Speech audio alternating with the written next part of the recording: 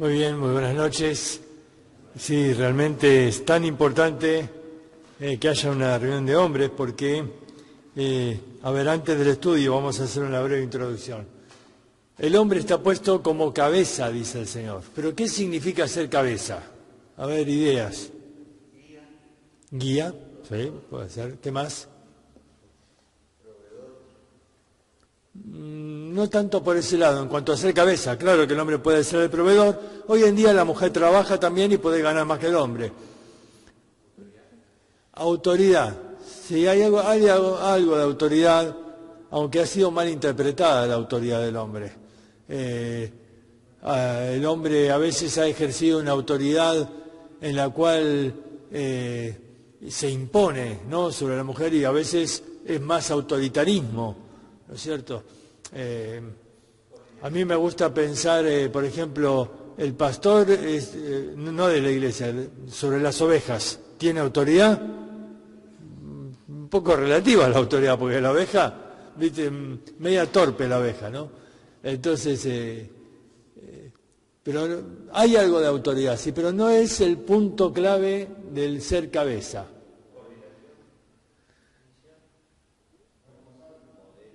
Modelo, mucho, todo evidentemente tiene algo que ver, pero ninguna de esas es. Miren, ¿qué dice Pablo en cuanto a Romanos capítulo 5? ¿Cómo entró el pecado al mundo? Por un hombre. ¿Fue así? ¿Quién pecó primero? Eva pecó primero. Pero Romanos dice que entró por el hombre. Pero Eva pecó primero, ¿no? Porque ser cabeza habla de ser responsable. Adán era el responsable. Si bien Eva pecó primero, la responsabilidad recae sobre Adán. Dios colocó al hombre y el hombre, claro, fue creado primero y la mujer es ayuda idónea y la mujer puede tener más habilidades que el hombre. Y puede el hombre, si es inteligente, darle lugar a la mujer que corresponde, porque es muy útil, no está debajo del hombre, estamos a la par. A veces tenemos conceptos errados, ¿no? Por ejemplo, el hombre que le dice a la mujer, ¿querés que te ayude a lavar los platos? Mal, empezaste mal. Porque cuando le decís que la querés ayudar, estás sugiriendo que esa es su tarea. Por ahí ella trabajó, tiene su trabajo también. No, es tarea de los dos ensuciamos, los dos lavamos. Podemos lavar juntos o dejar que esta noche lave yo, pero el concepto que está muy dentro del hombre es, yo en mi casa mando, ¿no?, y tengo el derecho de sentarme y que ella me sirva, ¿no? ¿Ves?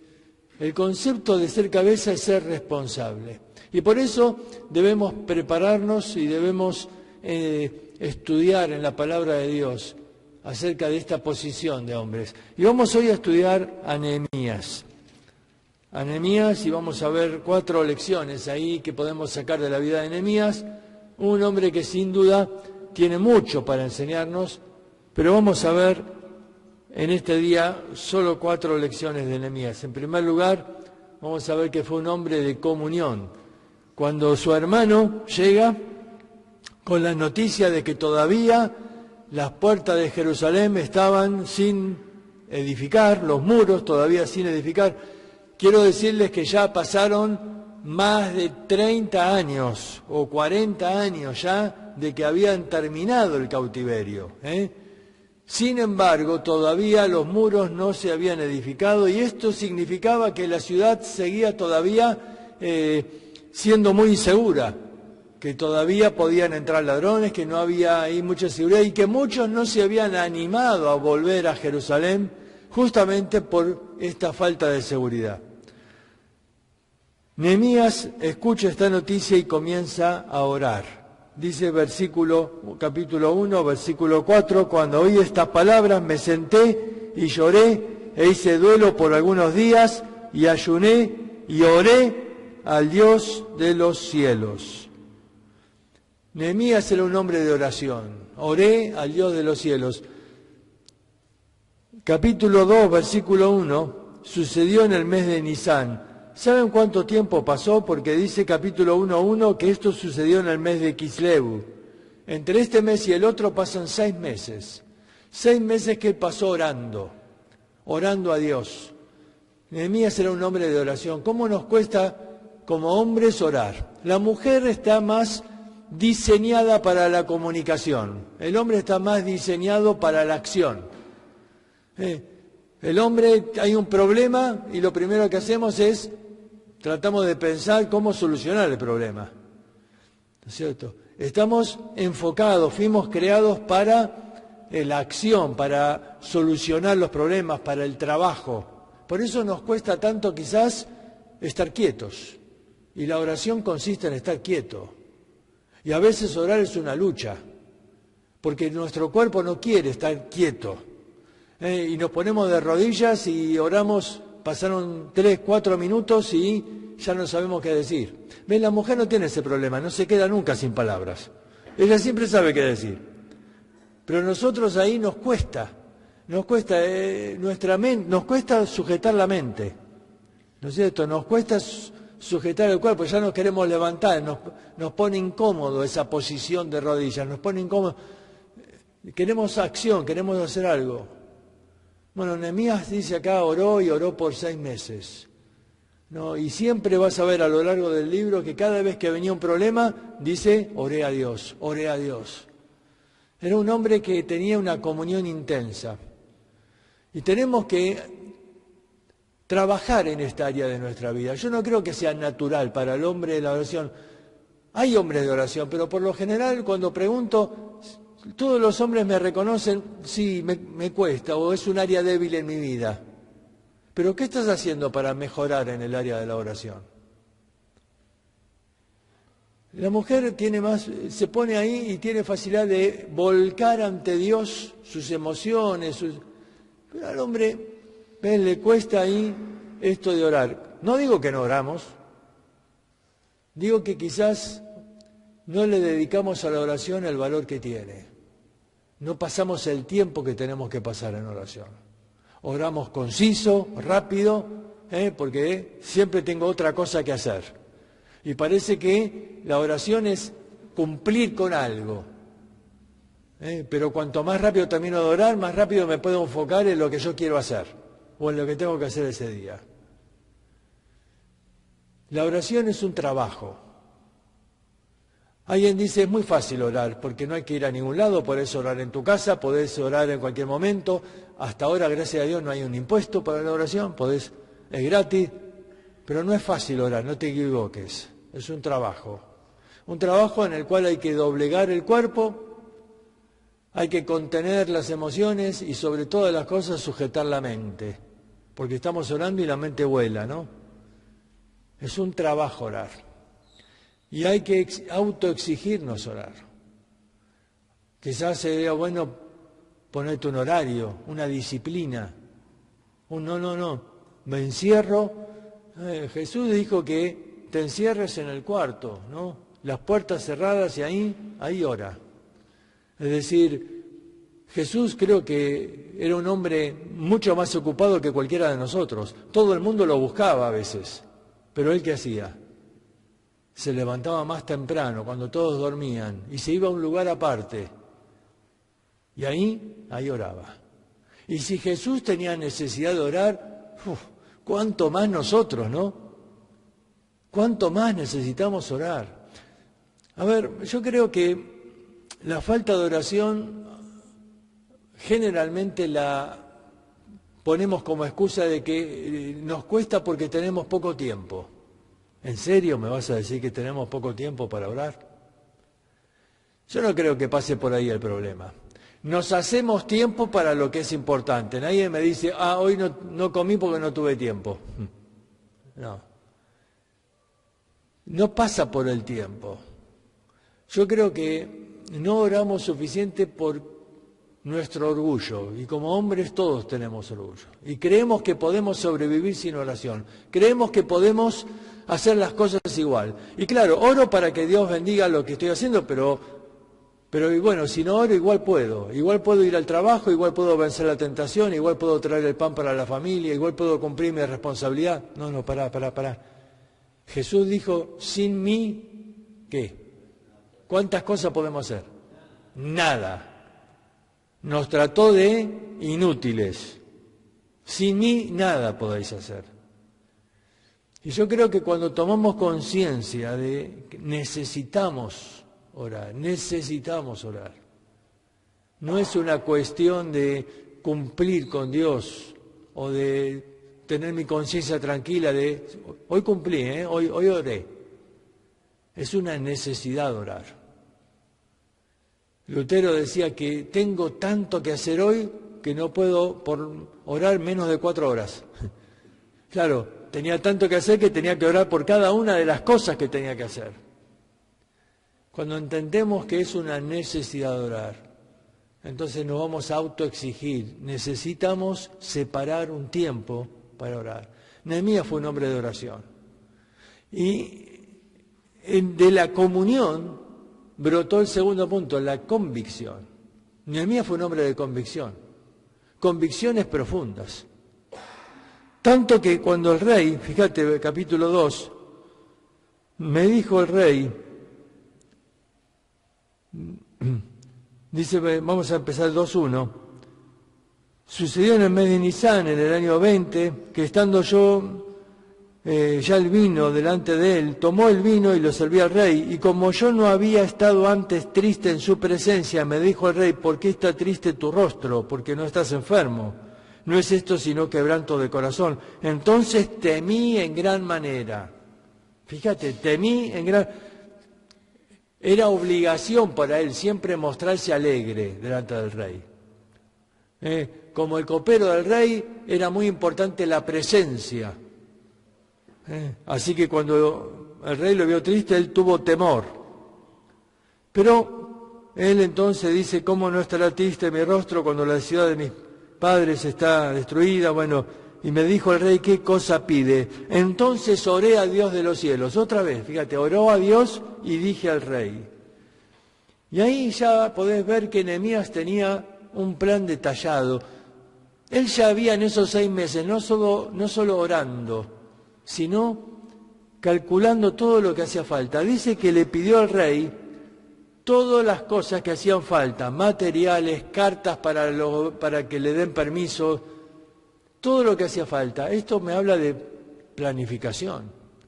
Pero no solo eso, Nehemías no conocía Jerusalén, no conocía las dimensiones de Jerusalén, no conocía tampoco el trabajo de constructor, él era copero. Sin embargo, él tenía acá algo que yo quiero marcar esta noche, y es, él tuvo iniciativa. A ver, ¿quién lo llamó? ¿Dios lo llamó a Nehemías? ¿En algún lugar de la Escritura ves que Dios llamó a Nehemías y le dijo, Nehemías, yo te elegí desde el vientre de tu madre, como le dijo a Jeremías? No hay un llamado a Nehemías.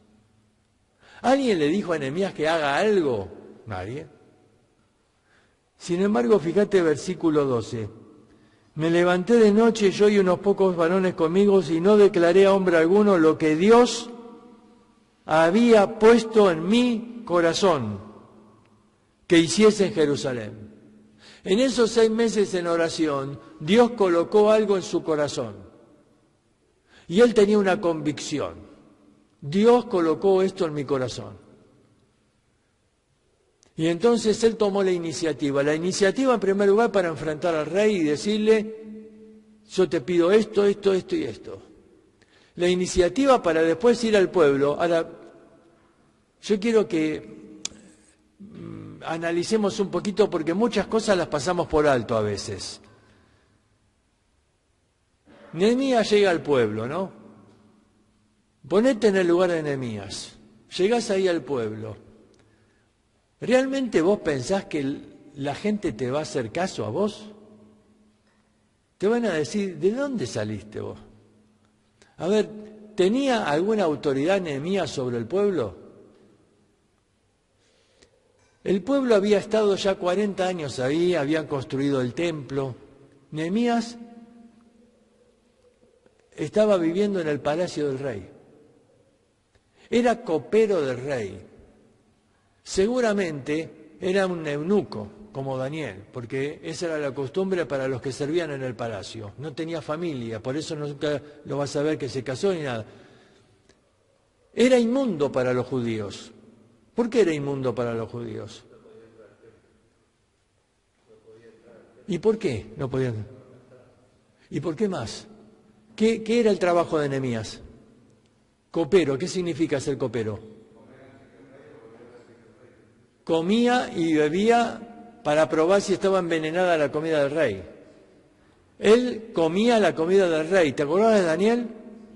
Propuso en su corazón ¿qué? No contaminarse ¿con qué? Con la comida del rey. Y Nehemías comía la comida del rey todos los días. ¿Cómo estaba Nehemías para los judíos? Contaminado. No podía entrar al templo, eso lo vamos a ver en el capítulo 6. Él no podía entrar al templo porque estaba contaminado, porque para el judío él era inmundo, porque comía la comida del rey. ¿Qué autoridad tenía Nehemías delante del pueblo? Nada. Sin embargo, él toma la iniciativa aun cuando está todo en contra. Nos cuesta mucho esto de tomar la iniciativa en algo. A veces esperamos que otro tome la iniciativa. A veces esperamos, bueno, yo voy a esperar que Dios abra las puertas. No. Nehemías toma la iniciativa, nadie le pide nada. Él toma la iniciativa de enfrentar al rey porque él siente que Dios puso un peso en el corazón. Dice, Dios colocó este sentir y yo voy a hacerlo. Tomó la iniciativa aún en contra de todo lo... A ver, humanamente no era él la persona más indicada para levantar al pueblo a construir los muros. La gente le hubiera dicho, a ver, pará, Nehemías, ¿vos qué sabés de construcción? ¿Vos qué sabés de Jerusalén? Si vos nunca viviste acá. ¿Qué sabés de nuestros problemas? ¿Ves? No era el candidato, la persona elegida por los hombres, pero Dios había puesto algo en el corazón y él toma la iniciativa. Hay otro personaje así que también toma la iniciativa. Zorobabel, cuando el pueblo de Israel había ido y empezó a construir el templo, el enemigo siempre trabaja, ¿no? Y entonces levantó calumnias y el rey manda un ejército que tiene la orden de que si alguien continúa la construcción del templo, el ejército tenía que entrar y matarlos. Entonces la obra frenó. Por 15 años la obra estuvo frenada. Hasta que Dios levanta a Ageo y Zacarías. Y Zacarías le habla a Zorobabel, al gobernador, y le trae un mensaje de Dios. Y le dice, no es con ejército, ¿se acuerdan, no? Ese versículo, el cantito de... No es con ejército ni es con espadas, con mi espíritu. Y Zorobabel dice, muy lindo. Y dice, Dios dice que, ¿cuál es el gran monte? Cuando la Biblia habla del un monte, habla de un problema. ¿Cuál es el gran problema? ¿Cuál es el gran obstáculo? Un monte es un obstáculo. ¿Cuál es? El ejército que está ahí adelante. Dios puede aplastar ese monte y hacerlo llanura, dice. Pero ¿sabes qué? Vos vas a sacar la primera piedra. ¿Yo? ¿Yo tengo que sacar la primera piedra? Sí. Pero a ver, si Dios puede bajar ese monte, que Él lo haga y después seguimos... No. ¿Por qué Dios lo puso a Zorobabel en esa posición? ¿Qué significa sacar la primera piedra? Que Zorobabel tenía que desafiar a ese ejército. ¿Confías en mí, dice Dios? Sí. Bueno, anda y seguí la construcción del templo. Pero el ejército, ¿confías en mí? Sí, anda. Y una vez que Zorobabel coloca la piedra, el ejército enemigo dice, uy, ahí están quebrando la orden del rey.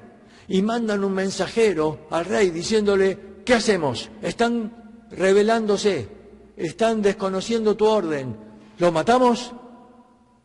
Y ahí es cuando Dios obra. Y Dios se encarga de hacer el milagro que Él siempre hace.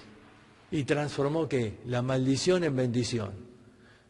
Y de pronto utilizó todo eso para bendecir al pueblo, pero esa es otra historia. Lo que quiero decirte es que Dios quería que Zorobabel tome la iniciativa. A ver, muchas veces Dios nos desafía y dice, ¿crees en mí? ¿Tenés fe en mí? Bueno, poné la primera piedra. Iniciativa. Nehemías tomó la iniciativa.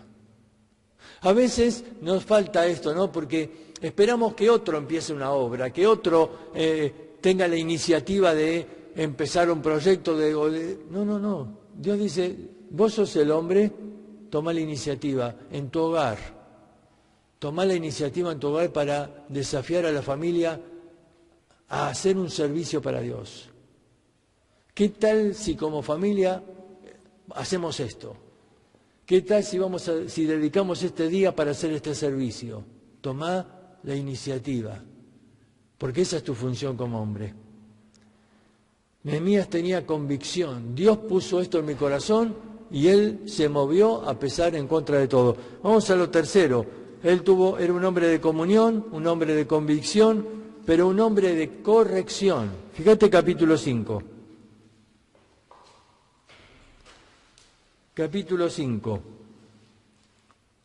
Entonces hubo un gran clamor del pueblo y sus mujeres contra sus hermanos judíos. Había quien decía, nosotros, nuestros hijos y nuestras hijas somos muchos, por tanto hemos pedido prestado grano para comer y vivir. Y había quienes decían, hemos empeñado nuestras tierras, nuestras viñas, nuestras casas para comprar grano a causa del hambre. Y había quienes decían, hemos tomado prestado dinero para el tributo del rey. Ahora bien, nuestra carne es como la carne de nuestros hermanos. Y he aquí que nosotros dimos nuestros hijos y nuestras hijas a servidumbre, y algunas de nuestras hijas lo están ya. Y no tenemos posibilidad de rescatarlas porque nuestras tierras y nuestras viñas son de otros. Y me enojé en gran manera cuando oí su clamor y estas palabras. Entonces, ¿qué hizo?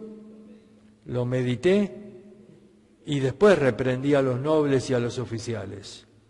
Y les dije, exigís interés cada uno a vuestros hermanos, y convoqué contra ellos una gran asamblea.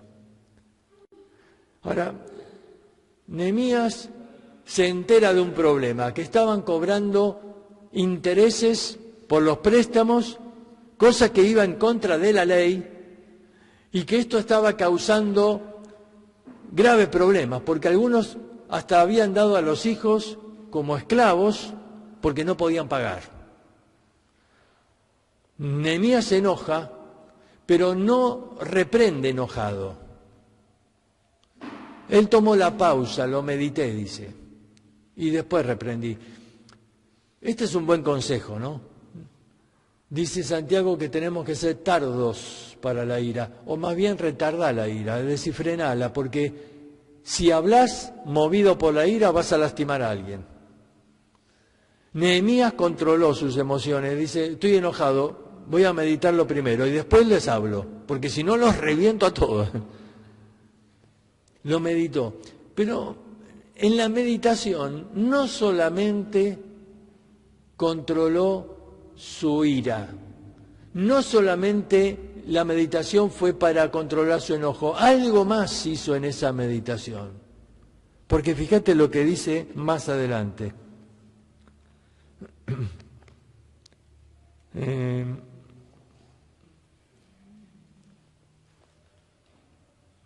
Dice, versículo 9, no es bueno lo que hacéis, no andaréis en el temor de nuestro Dios para no ser oprobio de las naciones nuestras. También yo y mis hermanos y mis criados les hemos prestado dinero y grano. Quitémosle ahora este gravamen. ¿Qué es gravamen? ¿Qué significa gravamen? Impuesto. ¿Qué hizo Nehemías? Él también prestó. Y estaba mal, porque la ley dice que no debías, si prestabas a un hermano judío, no le podías cobrar impuestos. Sí, porque dice quitémosle, él también, se incluye. Quitémosle estos impuestos. ¿Sabés qué hizo en esta meditación? Se examinó a sí mismo. Nehemías no conocía la ley, este es el problema. Porque Nehemías creció en el palacio de los persas. Él no conocía la ley. De hecho, vas a ver cuando seguís estudiando el libro, que encuentran un libro de la ley en el capítulo 8. Y ni siquiera Nehemías lo lee, porque él no se consideraba digno de leer la ley. Lo manda a llamar a Esdras para que lea la ley. Y Esdras lee la ley. Y cuando Esdras lee la ley, el pueblo se quebranta porque se dan cuenta cuántas cosas estaban haciendo mal. Y dentro de ellos se quebranta Nehemías. Pero acá Nehemías, cuando lo meditó, en primer lugar él calmó su enojo, pero en segundo lugar dijo, está mal lo que estoy haciendo. Todos estamos haciendo mal. Y él propone algo, quitémosle estos impuestos. Lo que él también estaba poniendo, porque él también dice prestó dinero. Gálatas 6.1 dice, cuando ves que tu hermano cae en alguna falta, vosotros que sois espirituales, restaurarle con espíritu de mansedumbre, ¿haciendo qué? Considerándote a ti mismo. Ahí habla de examinate a ti mismo, considerate a ti mismo, porque tú también puedes ser tentado. A ver, estamos en la misma situación. Nehemías tenía la humildad de reconocer sus errores, la humildad de que él también hizo mal, se da cuenta del efecto que hizo en el pueblo.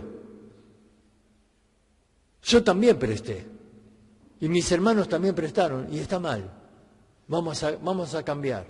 Y él toma la iniciativa de cambiar.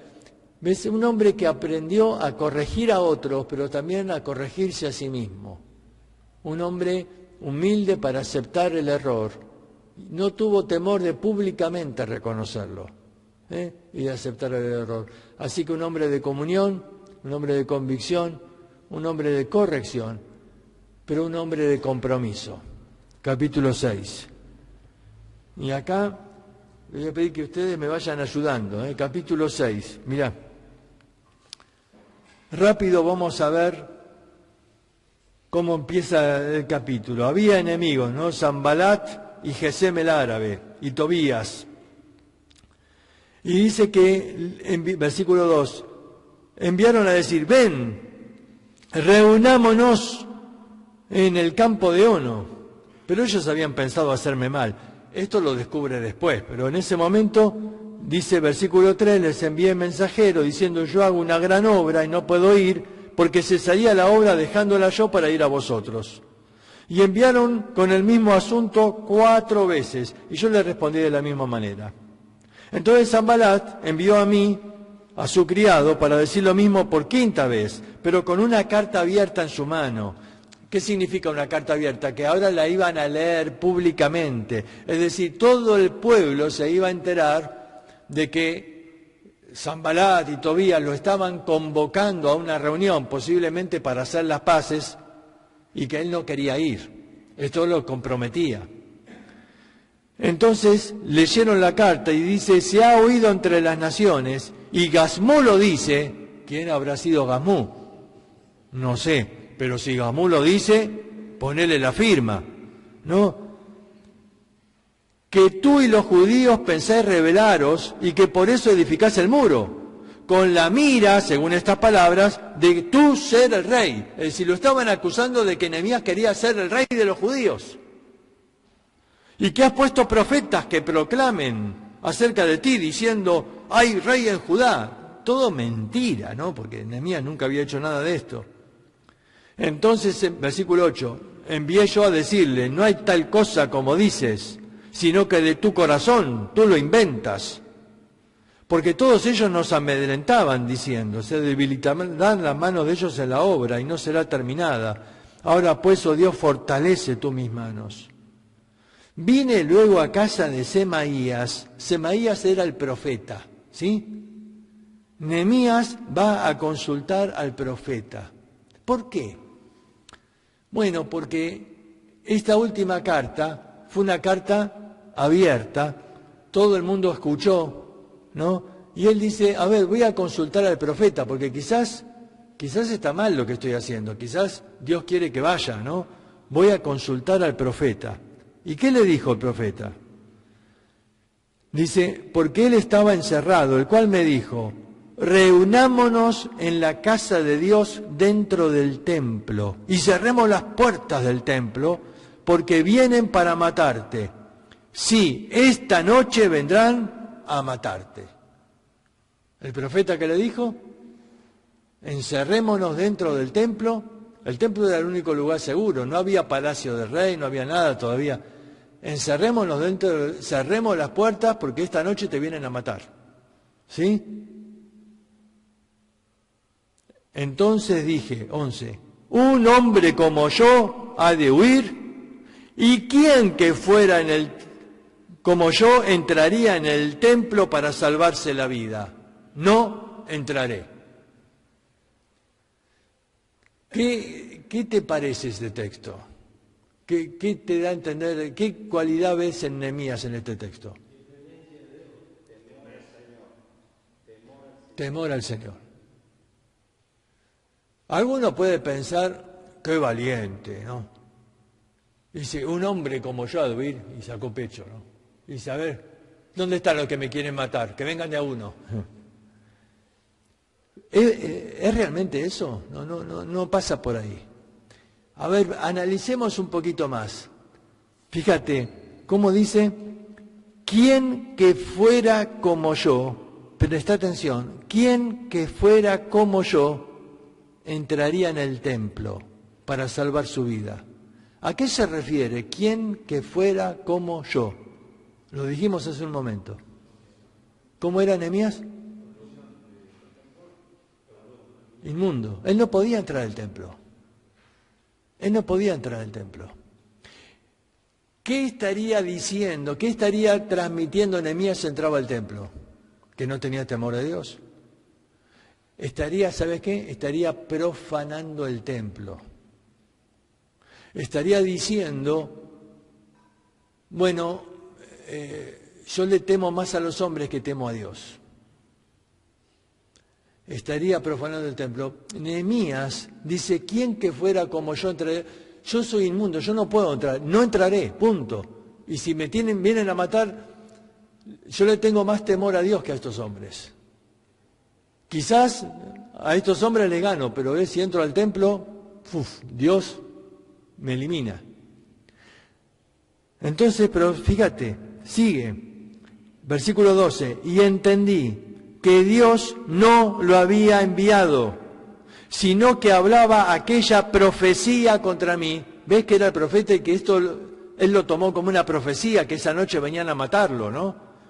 Que habló aquella profecía contra mí, porque Tobías y Sanballat lo habían. Nehemías descubre la trampa.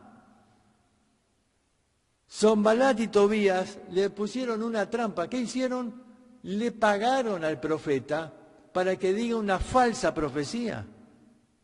¿Para qué? Fíjate, lo dice Nehemías. Dice, porque fue sobornado para hacerme temer, así, y que pecase. Y entonces le sirviera de mal nombre con que fuera yo infamado.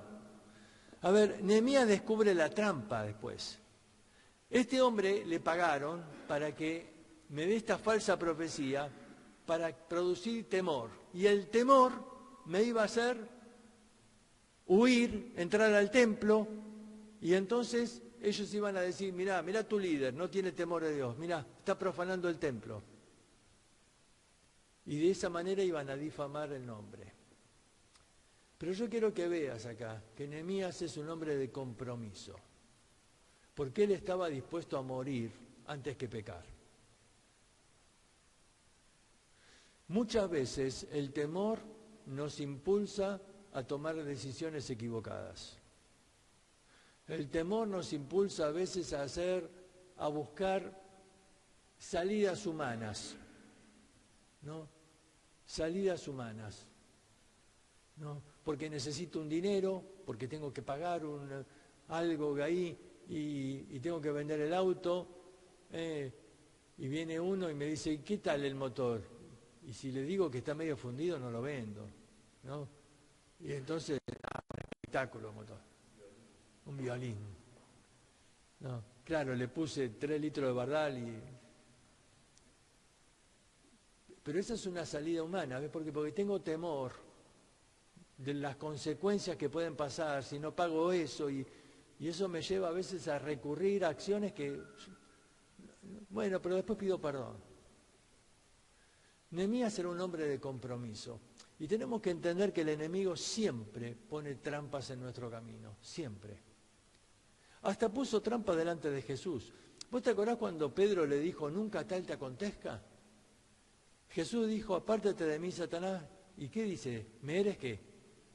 Tropiezo. La palabra tropiezo ahí, en griego la palabra escándalo, que es el palito que sostenía la trampa. ¿Vieron esa trampa donde se pone una caja así y un palito que la sostiene y se pone comida, y cuando viene el animal ahí a comer, tirás, cae el palito?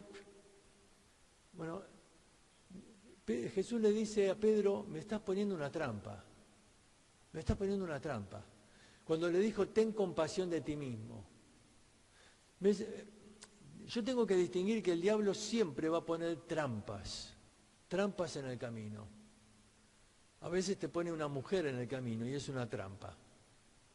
Y una mujer que te hace creer que vos sos, no sé cuál es el famoso que está hoy de moda, Brad Pitt ya está viejo, no sé cuál sigue. Yo no veo mucho películas. Pero te hace creer que sos ahí, ¿no te das cuenta que es una trampa? No te la crea, ninguno de nosotros acá están... Pero, ¿por qué apareció ahora? ¿Por qué apareció justo en un momento en que estoy en conflicto con mi esposa? ¿Por qué apareció cuando estoy emocionalmente mal? ¿Por qué? Porque hay un enemigo que te está poniendo trampas en el camino. Porque no es que él sabe lo que hay en el corazón del hombre, porque solo Jesús sabe lo que hay en el corazón del hombre. Pero Satanás va a probar, por un lado, es como el pescador, ¿no? Prueba con una carnada y si no funciona, prueba con otra carnada, hasta que encuentra la que te gusta, hasta que encuentra aquella que te hace dar vuelta como el pescado y te atrapa. Y él pone trampas en el camino. Y Nehemías se mantuvo firme, el temor de Dios lo ayudó a no caer en la trampa. Porque esto de que él descubre de que fue sobornado, lo descubre después.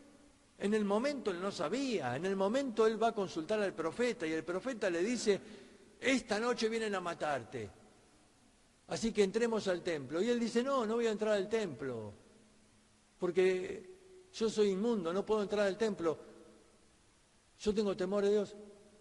Pero en ese momento él no sabía, él realmente estaba dispuesto a morir, si era necesario. Vienen a matarme, y bueno, que vengan a matarme, pero yo no entro al templo. Porque yo tengo un compromiso delante de Dios. Un compromiso de santidad.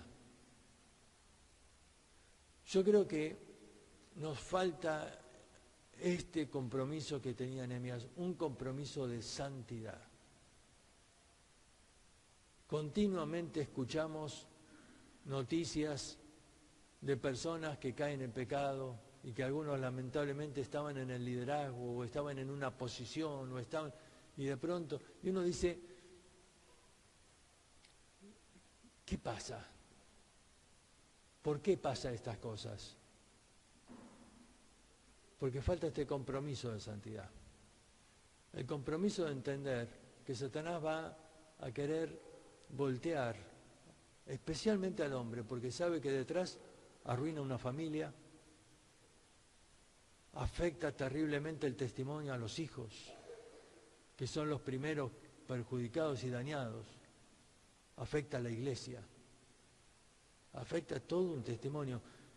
Un hombre que cae es como, ¿viste esa piedra que cae en el agua y que empiezan a ver círculos, ¿no?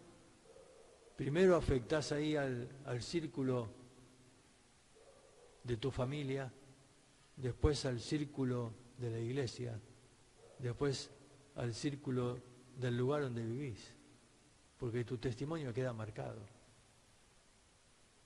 Y Nehemías entendió que servir a Dios implica tener un compromiso de santidad, un compromiso de enfrentar al enemigo y decirle no. no voy a entrar al templo ni siquiera para salvar mi vida. Es decir, acepto las consecuencias que me tengan que venir, pero yo no voy a recurrir al pecado para buscar una salida. Yo no voy a recurrir al pecado para salvar mi vida. Yo no voy a recurrir al pecado para buscar satisfacción. Yo no voy a recurrir al pecado bajo ningún concepto. ¿Por qué? Porque yo tengo un compromiso delante de Dios. Yo creo que hace falta que tomes ese nivel de compromiso delante de Dios, para que realmente el enemigo no saque ventaja, no logre encontrar por dónde entrar a tu vida. Cuando están estas 4 características: comunión, ¿te acordás? Convicción, corrección, compromiso. Compromiso. Un compromiso de santidad. Nehemías dice, ellos querían hacerme temer para que pecase. Y una vez que pecase, iban a hacer correr por todos lados la noticia. ¿Te pasó quizás por la cabeza el pensar que podés pecar y que nadie se va a enterar?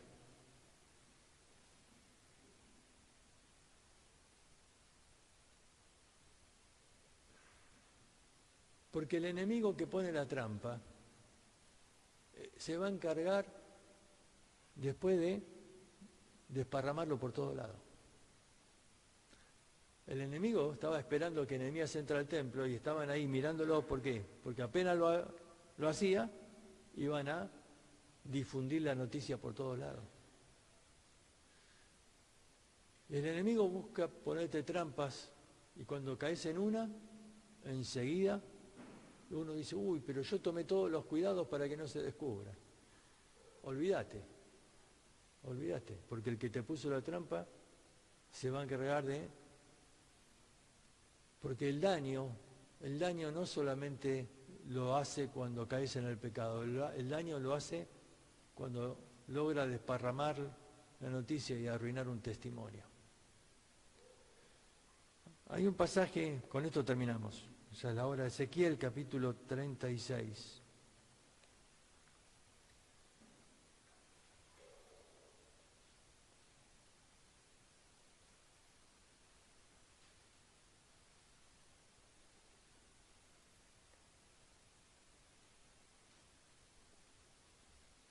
Versículo 20.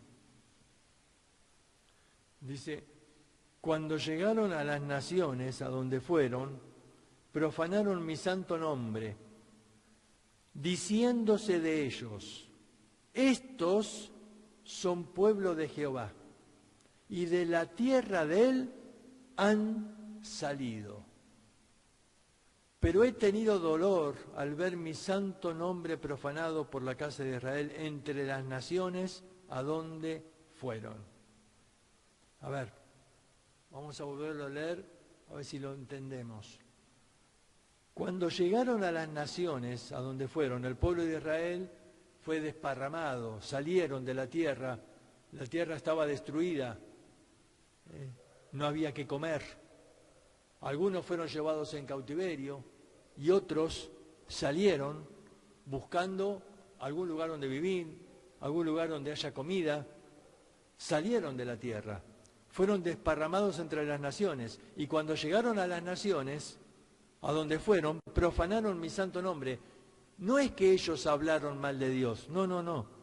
Profanaron mi santo nombre diciéndose de ellos, es decir, los que hablaban eran las gentes, ¿no? ¿Y qué era lo que decían? Estos son pueblo de Jehová, pero de la tierra de él han salido. A ver si entendemos, ¿por qué estaban profanando el nombre de Dios? Porque estaban diciendo, mirá, estos son del pueblo de Dios,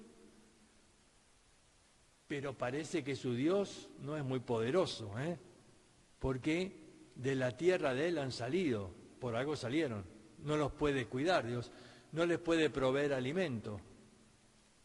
Tienen que venir a nuestra tierra, a nuestro Dios, a buscar alimento. parece que nuestro Dios es mejor que su Dios. ¿Ves? Esto es profanar el nombre. La gente se burlaba de ellos, decían, mira, estos son del pueblo de Dios. Ahora, cuando Dios eligió al pueblo de Israel, ¿te acordás para qué lo eligió? Para que ellos puedan ser luz a las naciones, para que ellos puedan glorificar el nombre de Dios, para que ellos puedan mostrarle al mundo quién era el verdadero Dios.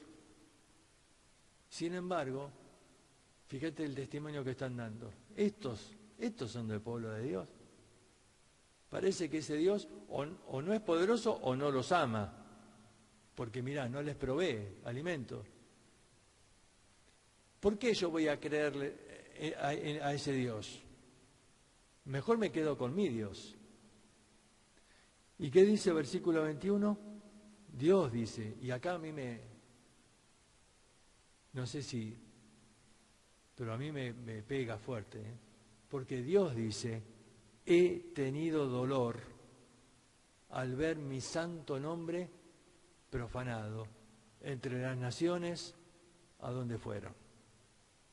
Dios dice, he tenido dolor al ver mi santo nombre profanado entre las naciones a donde fueron. ¿Por qué? Porque así no se va a convertir ninguno.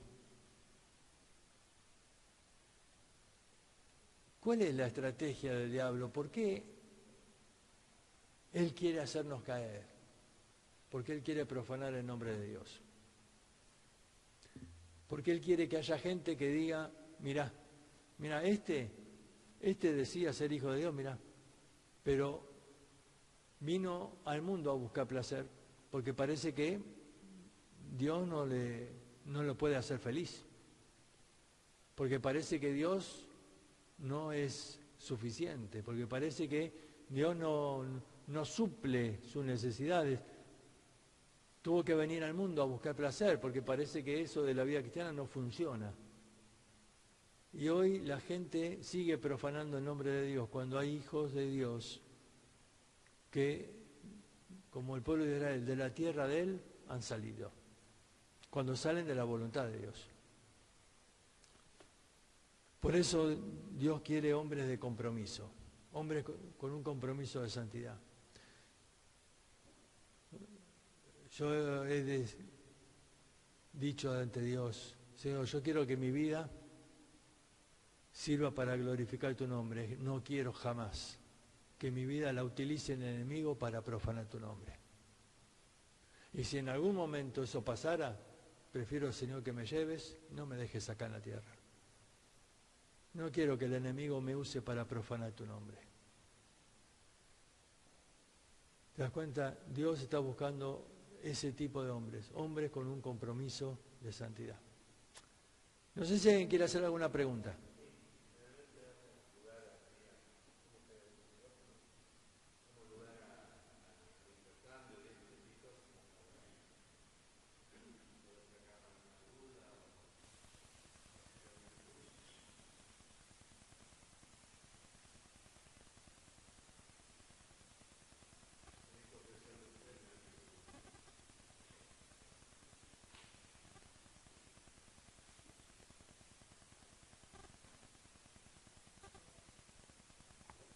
Pasó con un compañero de trabajo hace poco poder compartir un poco del mensaje y él, una persona enojada con Dios por el hecho que mencionás, él habrá ido a alguna iglesia en la cual las cosas no se hicieron bien o las personas no hacían las cosas bien y terminó siendo Dios el malo. Se terminó profanando lamentablemente el nombre de Dios. Y te iba a consultar cómo uno, en estas personas por ahí renegadas, además de orar por ellos, cómo uno puede cambiar su perspectiva de cómo ve a Dios.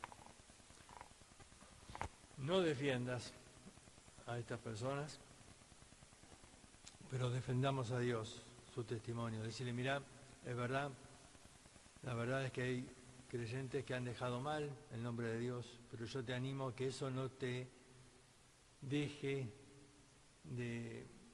no te aparte o no te separe de aquel que te ama y quiere ayudarte. A tratar de buscar la manera para que, viste, la persona vea a Dios y deje de ver a las personas, ¿no? Se pasan el micrófono de un lado al otro, nadie lo quiere agarrar, ¿qué pasa? Está caliente.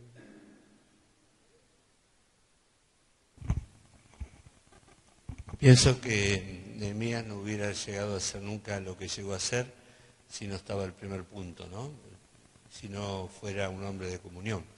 Quizás tenía muchas cosas en contra, como veíamos, pero si no hubiera estado esa vida interior tan clara, tan fuerte en su vida, no habría podido llegar a tener convicción ni habría podido llegar a tener el compromiso que manifestó, ¿no? Lo importante que es comenzar por ahí, en el interior de nosotros. El primer paso es acercarnos a Dios y tener una vida real, ¿no?, de comunión con Dios.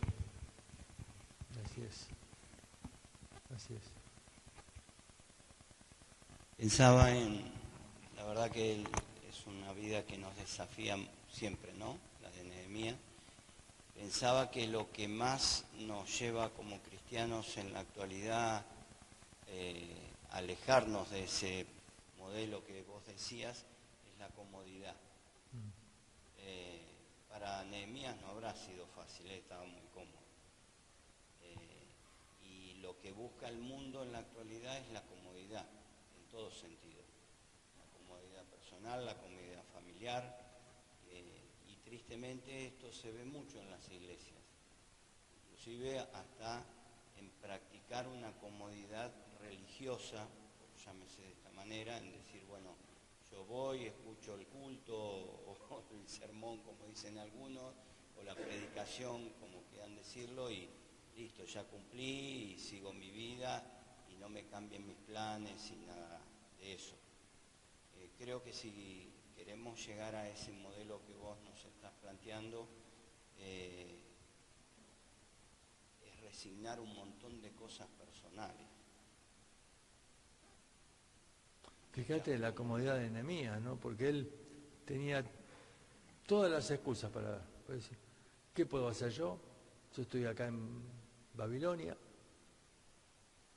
soy esclavo del palacio. Él tenía toda la comodidad en el palacio, una buena posición, buena comida, ¿no? Claro que resignó toda su comodidad. Y no puso ninguna excusa. Él sintió que Dios había puesto algo en su corazón y pagó, estaba dispuesto a pagar el precio. En el capítulo 13 vemos que él volvió porque él dice en el capítulo 2 que él le marca el tiempo. La reina le dijo al rey, preguntarle cuánto va a tardar, porque este se va y no vuelve más, dice. Y dice, yo le marqué tiempo. Así que Nehemías había calculado cuánto tiempo le iba a llevar la construcción del muro. Cuando cumple el tiempo, él vuelve. Después se entera, no sabemos cuánto tiempo exactamente él está fuera, de que el pueblo se había descarriado y pide permiso para volver a ordenar las cosas, pero nunca, dejó de cumplir su función, ¿no?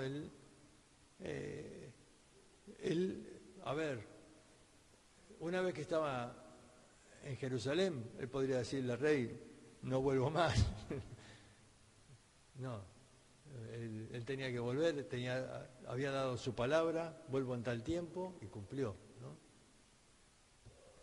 Qué propio de un hombre de Dios reconocer su indignidad, ¿no? Por ejemplo, Juan el Bautista dice, yo no soy digno de atar los cordones. ¿Qué ejemplo Nehemías? Bueno, yo no le escuché tan clarito a eso de que era inmundo Nehemías. Ahora sí lo entiendo, pero me da vergüenza porque tengo años. Pero qué importante para el hombre de Dios reconocer que se ha equivocado, no hay ningún problema, ¿no?, en reconocer. Ser humilde y decir sí. Sin duda que había mucha valentía. No voy a entrar al templo porque si entro soy... Capaz que ni sabía eso, pero en su sabiduría él no entró al templo a esconderse. ¿O él sabía? Yo creo que él sabía que él no estaba en condiciones de entrar al templo. Yo creo que él no sabía muchas cosas de la ley, porque las va a aprender después cuando Esdras lee la ley en el capítulo 8, y él les hace firmar un pacto al pueblo. Pero yo creo que eso sí sabía, era lo elemental, ¿no? Era como lo básico. El judío creo que sí sabía que había cosas que no podía comer y él sabía que no. Porque cuando él dice un hombre como yo, ¿quién que fuera como yo entraría al templo? Está diciendo, ¿quién que fuera como yo? Es decir, en mi condición, yo no puedo entrar al templo. Yo creo que eso sabía.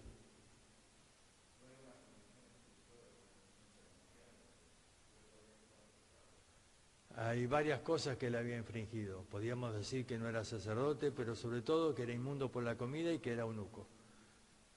Y hay un pasaje de Jeremías, bueno, pero no tenemos tiempo de estudiar todo eso, que muestra que los que servían en el palacio, todos pasaban por eso. Es decir, él sabía que no estaba en condiciones de entrar al templo, yo creo que él tenía claro eso, y por eso dice, ¿quién que fuera como yo entraría al templo? No puedo entrar. Quizás si no hubiera tenido esas imposibilidades, bueno, entro al templo, ¿por qué no? Por lo menos, no al lugar santísimo, claro, pero por lo menos entro al templo y cierro la puerta. Pero bueno, él tenía claro que no podía entrar al templo. Y el enemigo, la trampa que puso era porque sabían eso, porque dice que estaban esperando que él entre para difamarlo. Es decir, creo que el enemigo también, no solo él sabía, el enemigo sabía.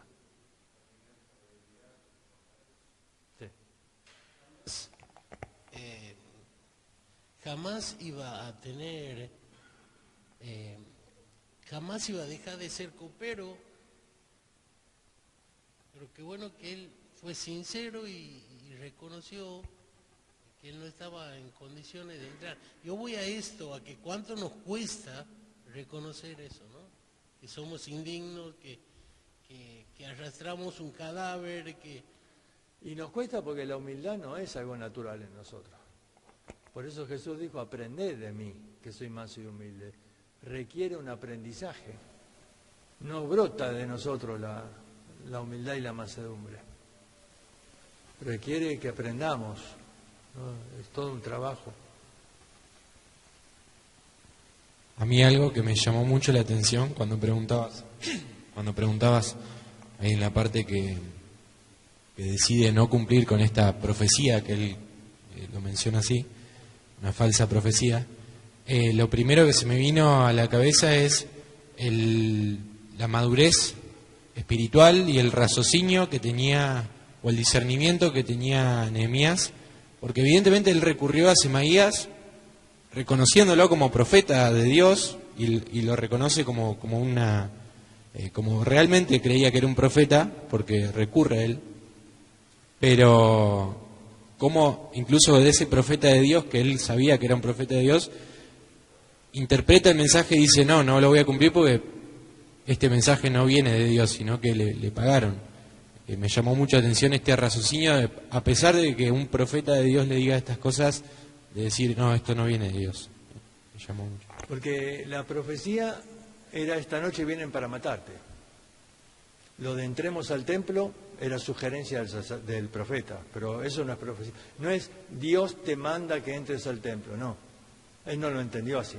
Lo que él entendió es, esta noche viene para matarte. Y que el profeta le dice, entra al templo porque no tenés otro lugar donde esconderte, ¿no?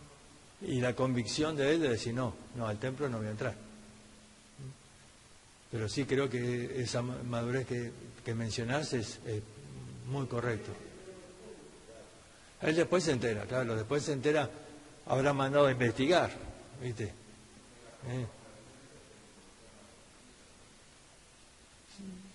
Sí, sí. Había otro profeta, sí, sí. Sí. El pasaje menciona a alguien más, sí. Es decir, había todo un complot ahí. Una verdadera trampa que puso el enemigo. Vos fíjate que venían, 4 veces intentaron que se reúnan. La quinta, la carta, y después la trampa, es decir, había toda una estrategia, querían voltear a Nehemías.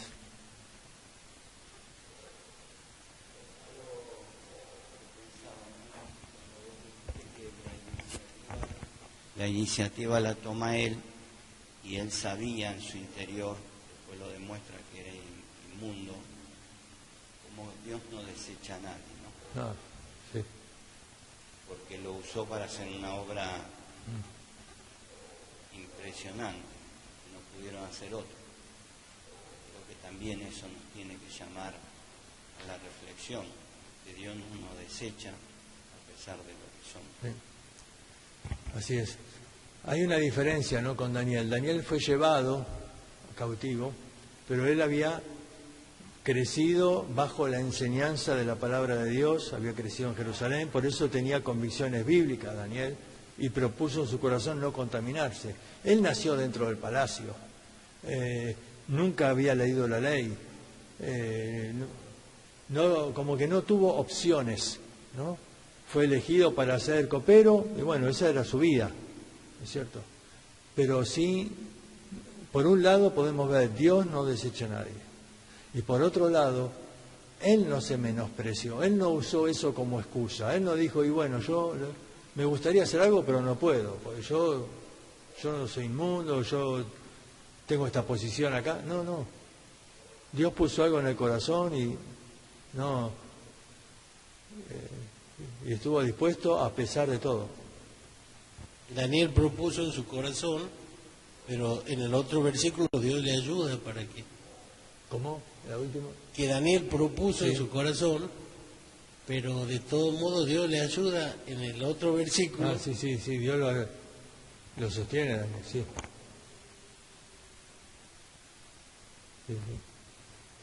Sí. Pensaba en los esfuerzos del diablo para voltear al líder, ¿no? Importante que es, a medida que avanza la vida cristiana, y que van apareciendo nuevos ministerios y eso, y que van apareciendo nuevos líderes, saber que se van poniendo en la mira, ¿no? Porque era el pastor y las ovejas eran dispersas, ¿no? Así es. Como enfoca directamente en él, probablemente, y lo hace de distintas maneras, utilizando hasta el mismo profeta muchas veces, o como pasaba en esto, ¿no? Pero como los cañones van enfocados a la cabeza, ¿no? Y eso nos tiene que también llamar a la reflexión a nosotros como varones, digamos, y líderes, como decíamos, de algún aspecto, puede ser de la familia o en algún ministerio. A medida que va avanzando nuestro servicio, el diablo se va enfocando cada vez más en personas que tienen comunión con Dios, en personas que tienen convicciones. No se enfocan en otros, los otros como que los deja trabajar tranquilos, ¿no? Pero en estos que se van mostrando con estas características, el diablo los va enfocando de una manera especial, ¿no? Así es. Muy bien.